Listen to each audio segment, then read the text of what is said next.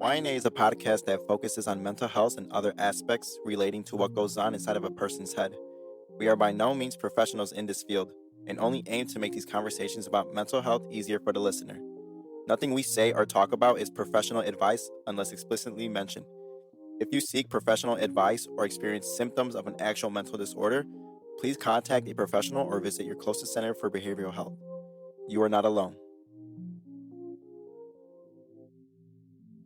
What's up, guys? Thanks for listening to today's episode. If you're looking for more of our content and merch information, be sure to check us out at ynamentalhealth.org. Keep an eye out for our skits and upcoming episode information. Feel free to reach out to us on IG. Our DMs are always open. And please remember, you're not alone.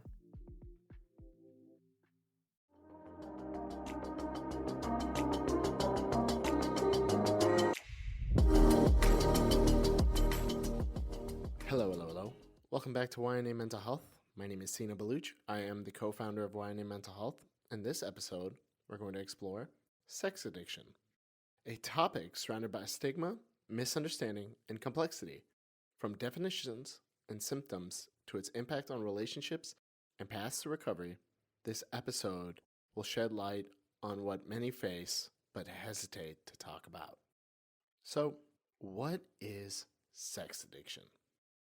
Sex addiction is defined as an uncontrollable feeling of sexual thoughts, urges, or behaviors that disrupt your life. It is also known as hypersexuality or compulsive sexual behavior.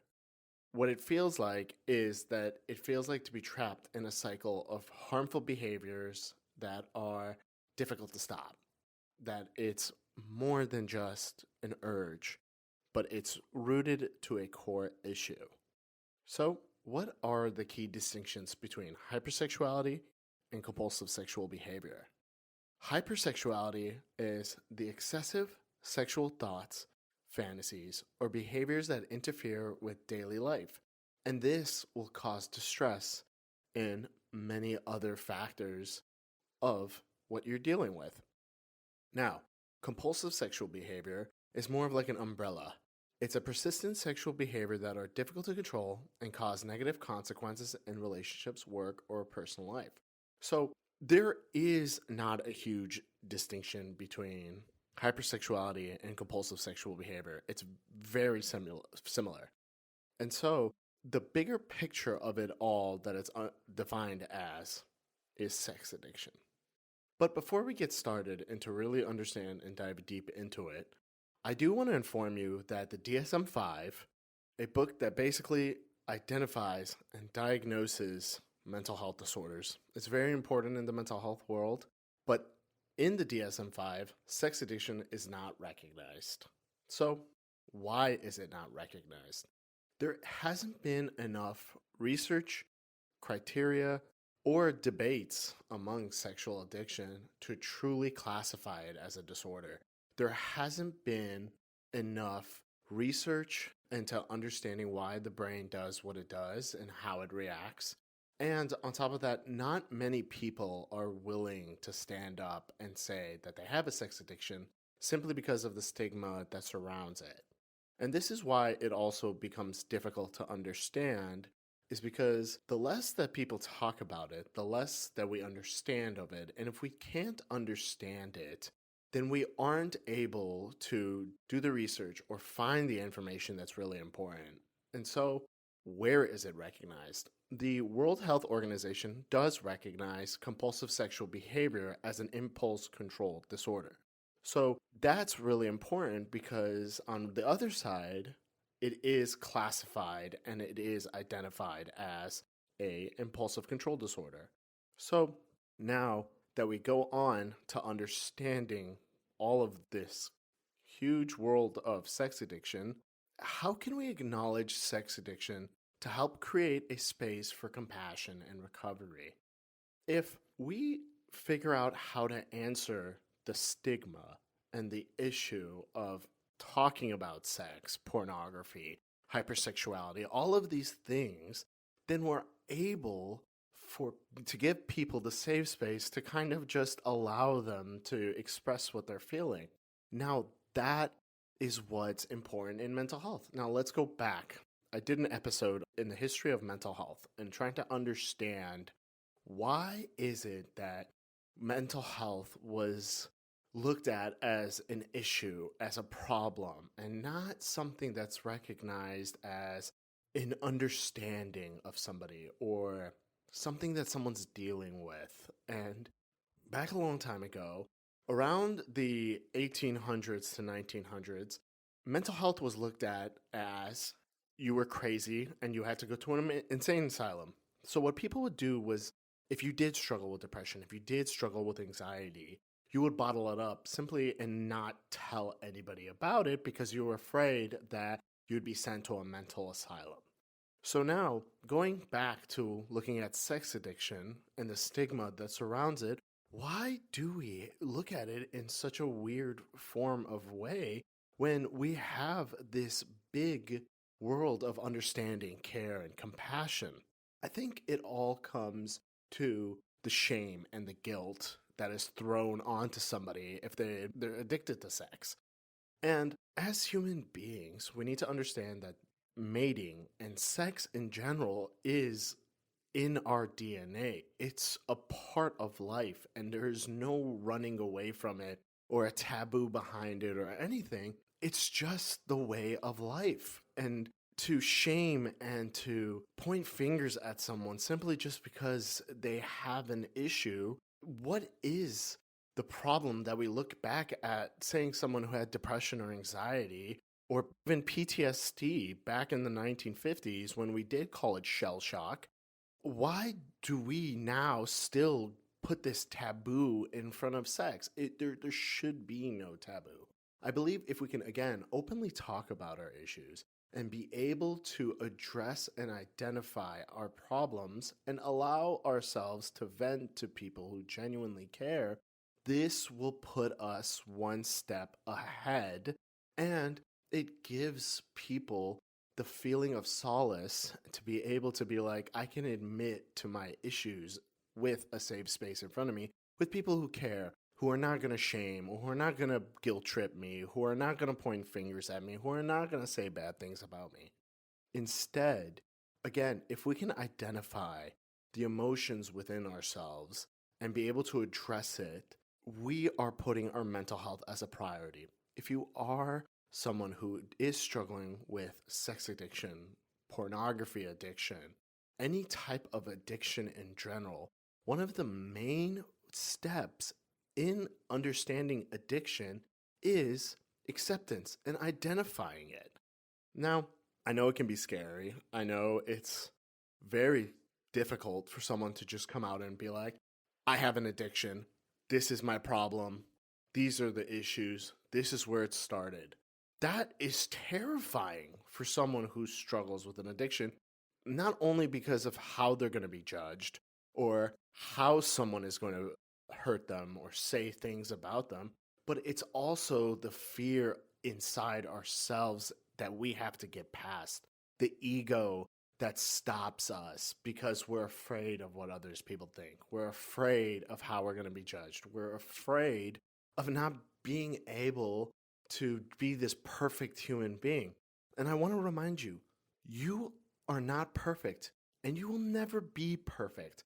There is nothing wrong to admitting to your addictions. There is nothing wrong with admitting and identifying the issues within you. I honestly think the people that can admit to their addictions are so strong, because if you're able to stand up and say, hey, I have this problem, this is an issue, I'm going to work on it, I'm going to do my best. If you could simply just genuinely listen to me, I would really greatly appreciate who you are as a human being, and it shows that you actually give a shit. Like, be frank with people. If someone admits to you that they have a problem and you just turn the other way or you don't show any genuine care, that just shows your character and who you are. Because if we judge and we shame and we guilt people, we're never going to get anywhere. And we're just going to end up in this cycle of hate and just bad mouthing others for no reason. So, what causes addiction? Let's understand the core of it. At the core, addiction, whether to substance, behaviors, or even emotions, it is a way to escape pain or discomfort. Addiction is rarely about the thing itself, but it's about what the behavior or substance is masking. So, there's three core elements of addiction: emotional avoidance. Addiction often begins as a way to avoid difficult emotions: fear, sadness, anger, shame, guilt. Now, the second one is reward system hijacking. Addiction hijacks the brain's reward system. When you engage in compulsive behaviors, your brain releases dopamine, a chemical that makes you feel good. Over time, you need more of that behavior to achieve the same effect. This leads to escalation, overuse, and it ends up becoming an addiction. Okay, so 3, lack of connection. Addiction thrives in isolation. When you feel disconnected from others or even from yourself, compulsive behavior can fill that void. So, what underlying emotions or experiences might be fueling your habits or behaviors? This is where my favorite word, self awareness, comes into perspective. I believe the more self awareness you have, the more resilient, the more courageous, the more brave you are. Simply because a lot of people don't want to understand themselves. A lot of people are afraid of their thoughts. But being able to care about yourself and identifying issues within you just shows how courageous you are, because you're identifying something that is a problem within you, admitting to it that you have a problem. And for anybody who understands like mental strength, that is one of the steps to getting mental resiliency. Addiction is never just about the behavior. It's about using that behavior to escape discomfort, pain, or disconnection. Now, the next step of sex addiction is porn addiction. Let's get a closer look. Porn addiction is a specific form of compulsive sexual behavior. While it may start casually, it can escalate into a habit that affects your mental health, relationships, and overall well-being. How does porn addiction work? Much like other addictions, porn addiction rewires the brain. The brain's reward system releases dopamine in response to you watching pornography or in response to you masturbating, reinforcing the behavior and creating a cycle of dependency. So over time, this can lead to escalation, seeking more extreme porn videos to achieve the same level of stimulation. B, erectile dysfunction. For men, this is a huge issue that is causing problems. And it's basically the difficulty achieving arousal with a real-life partner due to over-reliance or artificial stimuli. And the third is isolation, a loss of connection with real-life relationships, real-life human beings, or even like going on dates and not wanting to go on them because you'd rather just stay alone, be isolated, watching porn, and answering your problems that way. So the science behind porn addiction: studies show that compulsive porn users react to pornography cues similarly to how drug users react to drug cues. They may crave porn but struggle to feel satisfaction, leading to compulsive behaviors. For example, over 50% of men in studies struggled with achieving erections with partners but had no trouble with achieving erections in pornography stimuli. So my reflective question for you is, how has pornography impacted your view of intimacy or your ability to connect with others? Now, I want to address this simply because I have struggled with this issue. I have struggled with porn addiction. It is something that I am currently overcoming. I know it is one of the hardest things to admit to, but I'm going to stand up and say that this has been a problem for me. And it started when I was a kid. Having access to the internet and being able to scroll through whatever you want leads to roads that will cause issues further on that I did not realize. And so for me, porn became a problem because it would just be what a lot of people do. And it's the simple fact of, hey, I'm going to masturbate, I'm going to feel better, and I'm going to move on. And it became to a point where I had to identify within myself that I was struggling. And so a lot of people will ask, like, okay, when did you realize that this was a problem? I realized it when I started to over-sexualize everything. That was a huge problem when it comes to pornography, is you begin to over-sexualize people and things you see, and that becomes a problem because you shouldn't over-sexualize anything. Another factor that caused a lot of porn issues was I wanted to feel stimulated by someone regularly, not by some virtual form of way to make myself feel better. It is truly a factor of a dopamine reaction, of an urge.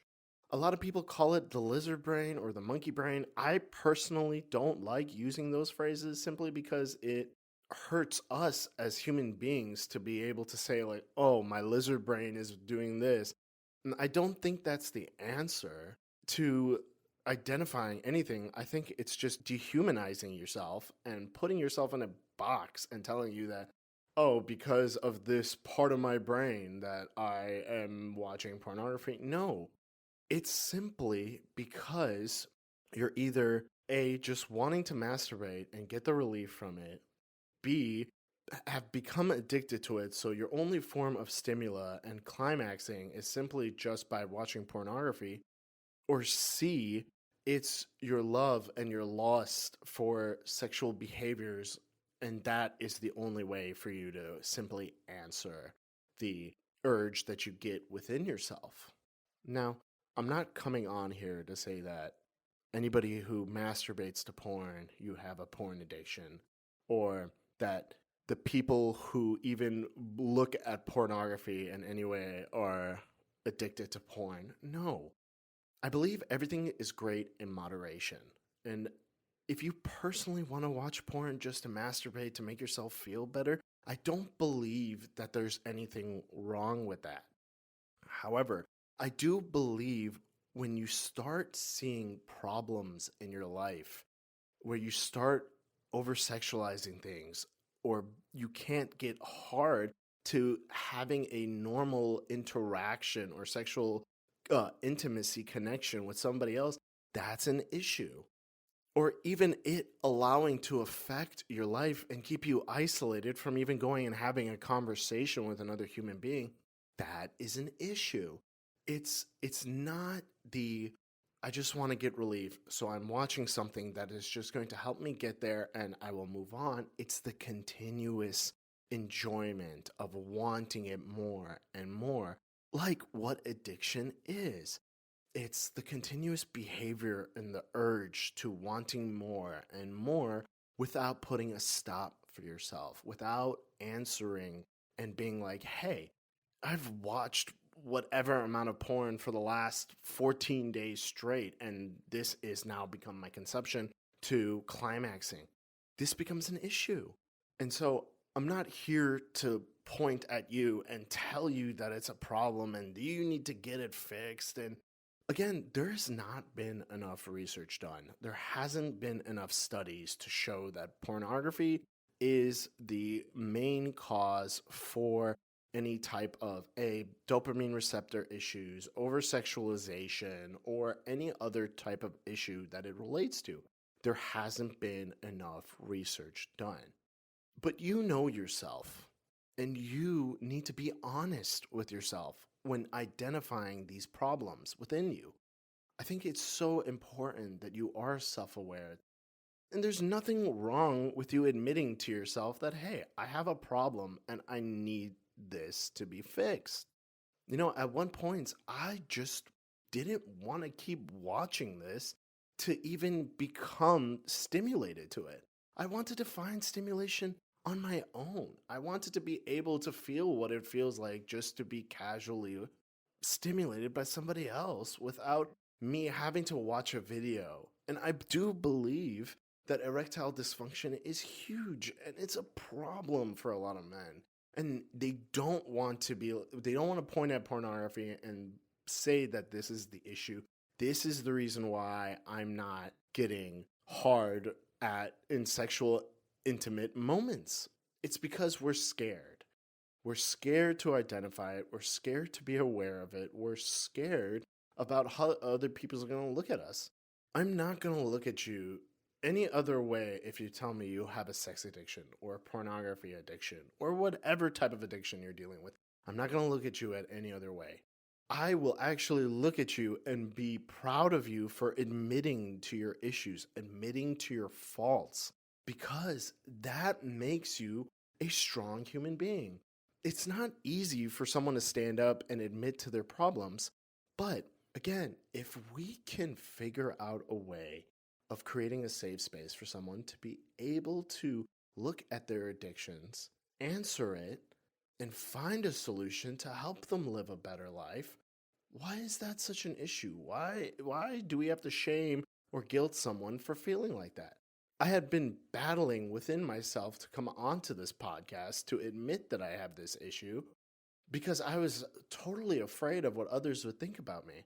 And I think the final thing that I came to when I realized that it's okay to admit to this was that I put myself in someone else's shoes.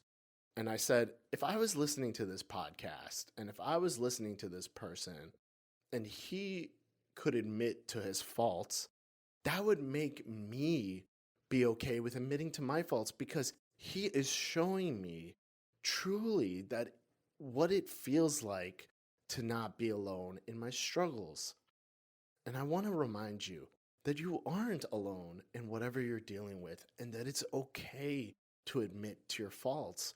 We all have faults and we all make mistakes and we are not perfect human beings.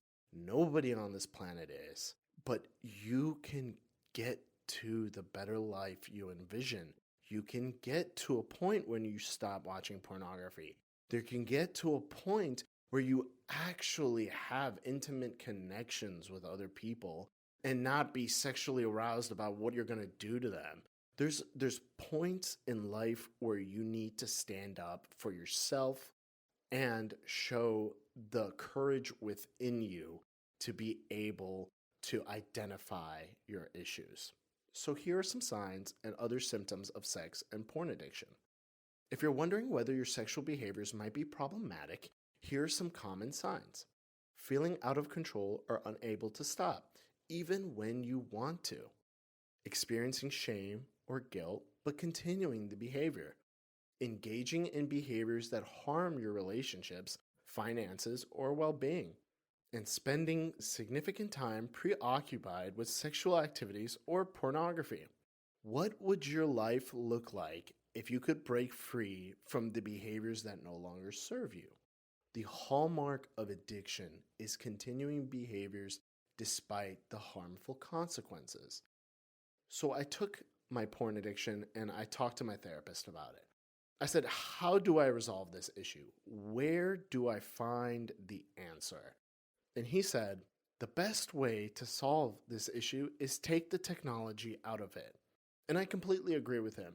Being able to search the web at any point in time, whenever you want, it is truly getting yourself the ability to feed your addiction at any point of time, whenever you want. And that is the problem. You can't continuously tell yourself that you're going to get over this, but then look up things that are going to put you in the position of wanting to step into the world of either sex addiction or pornography. You will end up hurting yourself before you help yourself. And at what point, when will you realize that this is a problem? At what point, when do you tell yourself, I need help? It's up to you. As much as, again, I could sit here and tell you that this may be an issue or this may be a problem, it is truly up to you to identify the issues within yourself and say, hey, this is a problem. I need to address this. So when it comes to treatment and recovery, the good news is that recovery is possible. But here are some of the most effective approaches. 1, therapy. So one of the uses of theoretical orientation is called cognitive behavioral therapy. CBT. Basically, it's reframing your mindset to be able to handle any negative thinking, negative issues, and being able to switch it into more of a positive pattern that develops healthier coping mechanisms. Another one is trauma-focused therapy, addressing the unresolved wounds that contribute to compulsive behaviors. Another good therapy would be EMDR, being able to dive deep within yourself, finding the core issue of the problem and addressing it in front of you. So, another type of treatment method that doesn't involve therapy is support groups. Organizations like Sex and Love Addicts Anonymous provide a safe space to share experiences and learn from others. The true answer of I'm not alone in my struggles is finding other people who admit to their struggles and are able to share their experience with you. When we have other people share their experience with us, this puts us in a place of connectivity. This allows us to understand others and to be able to reflect on their problems and to give a better understanding of what you're dealing with and how to address it. So what I've learned also is there's a 12-step method used by the Sex and Love Addicts Anonymous. It's modeled for alcoholics, so any other addiction, this could help you. Here's a quick overview. 1. Acceptance. Acknowledge the existence of the problem. 2. Trust. Rely on a higher power, a support system, or even the recovery process. 3. Liberation. Commit to breaking free from the addictive behaviors. 4. Understanding. Identifying triggers and underlying causes. 5. Acknowledgement. Take responsibility for harm caused. And that harm could be on yourself. It may not be on somebody else. 6. Freedom. Actively work on overcoming behaviors and celebrate the progress. Again, we get so worried about how far it is that we don't celebrate the small steps. Celebrate the small steps. 7. Growth. Build new habits. It takes 6 weeks to break a habit and 6 weeks to build a new one. 8. Reflection. Evaluate lessons learned throughout recovery and other people's journeys and stories. 9. Forgiveness. Seek and offer forgiveness, including the most important thing, which is self-forgiveness. 10. Continuity. Commit to maintaining recovery and make sure we don't stumble and fall and relapse. Listen, we all have been there. We all have at one point relapsed onto some sort of addiction or something. Don't hurt yourself simply because you relapsed. Just, again, find why you did it and restart the process, but with a better plan. 11. Connection. Foster meaningful relationships and supportive communities, and finding support groups that will listen to your problems and give you better reflection to find the solution within yourself. 12. Helping others. Share your journey to inspire and support others.